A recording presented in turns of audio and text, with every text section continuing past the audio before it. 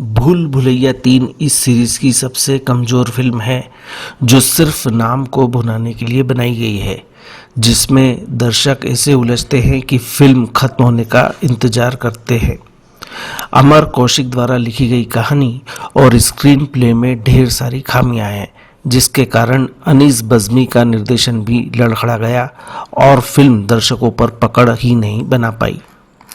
रूह बाबा को एक हवेली में मंजुलिका का भूत भगाने के लिए बुलाया जाता है, जहां जाकर उसे पता चलता है कि वह 200 साल पहले एक राजा का बेटा देविंदर नाथ था और मंजुलिका उसकी बहन थी। वह ही अपनी बहन की शैतानी आत्मा से हवेली को मुक्त करा सकता है। इसके बाद कई राज सामने आते हैं। मंदिरा और मल्लिका जैसे किरदारों की कहानी में एंट्री होती है और आखिर में सारे रहस्य उजागर होते हैं। भूल भुलैया 3 का उद्देश्य दर्शकों का मनोरंजन करना है।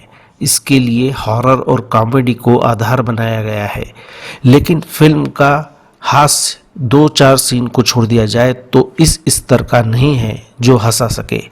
कुछ डरावने सीन डराते हैं या चौंकाते हैं, लेकिन स्क्रीन प्ले की कमजोरियां इनके असर को कम कर देती है। 200 साल पुराने देविंदर और रूहानी बाबा की मिलती जुलती शक्ल को गांव वाले पहचान लेते हैं। यह सोचकर ही लेखकों पर तरस आता है, क्योंकि किसी गांव वाले ने देविंदर की फोटो तक नहीं देखी थी। देविंदर और उसकी बहन को उनके पिता छोटी गलतियों के लिए इतनी कड़ी सजा देते हैं कि हैरानी होती है।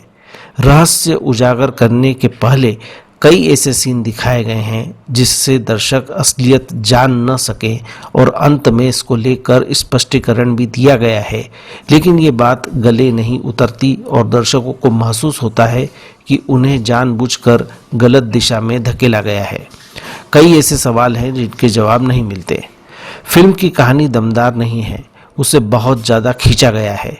अंत में जब रहस्य सामने आते हैं तो ऐसा नहीं है कि जो दर्शकों को चौंका दे। किसी तरह फिल्म को खत्म किया गया है। रूह बाबा का किरदार जो पार्ट 2 में मज़ेदार था, तीसरे भाग में उतना मनोरंजक नहीं है।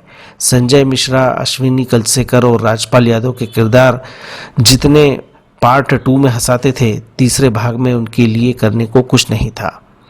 अनीस बज़्मी का डायरेक्शन औसत है। वे कहानी को ठीक से नहीं कह पाए और न ही फिल्म को एंटरटेनिंग बना पाए। स्क्रिप्ट की खामियों की ओर भी उन्होंने ध्यान नहीं दिया। कार्तिक आर्यन कुछ सीन में अक्षय कुमार की नकल करते देखे गए। तृप्ति डिमरी की एक्टिंग औसत रही।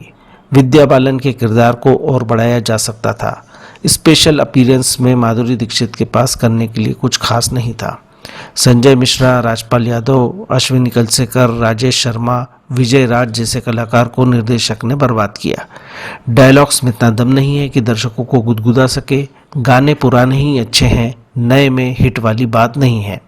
हाँ, उनका फिल्मांकन जरूर अच्छा है।